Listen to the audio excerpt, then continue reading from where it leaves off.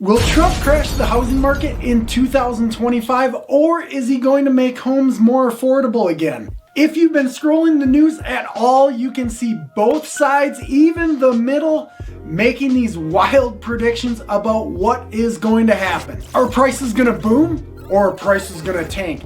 I don't know, but I can tell you this: a president does not single-handedly have control over what happens in the housing market. In this video, we're chatting about where home prices might be, what could impact them, and also take a walk down history just so you can get an idea of what home prices have done since the 60s.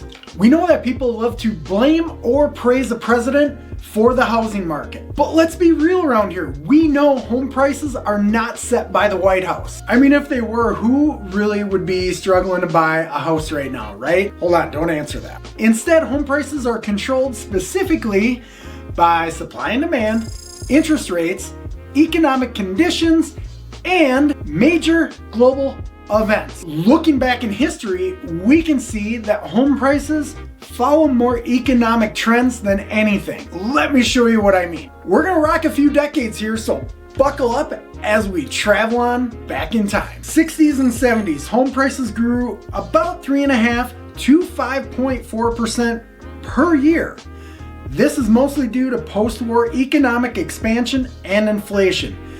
Hit the 80s, prices still grew at 4.2%. This is even though interest rates hit a wild 18+%.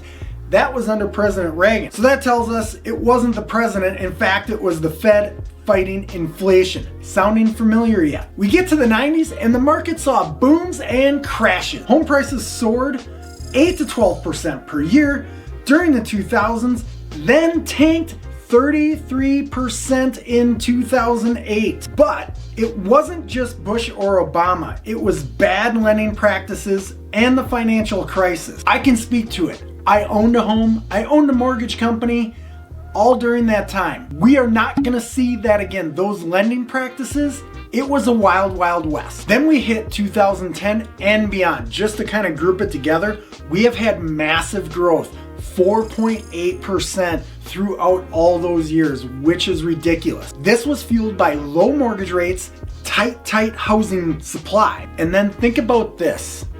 We were in lockdown, yet we had incredibly low interest rates and the demand was massive. Now that we have an idea about what really drives home prices, let's talk some Trump. Deregulation. Deregulation could make building easier. More supply could equal more affordability. Tariffs on building supplies? That could make construction more expensive, pushing home prices higher. Immigration policy. That could reduce construction labor. Slower builds, housing stays expensive? I don't know.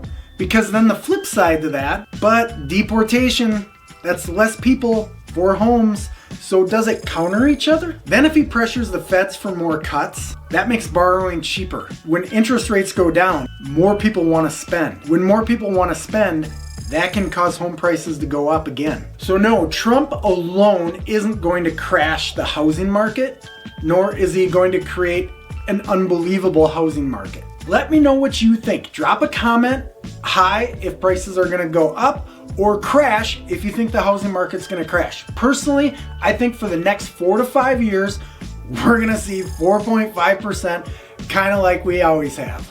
And if you are trying to buy a home, I am licensed in 49 states.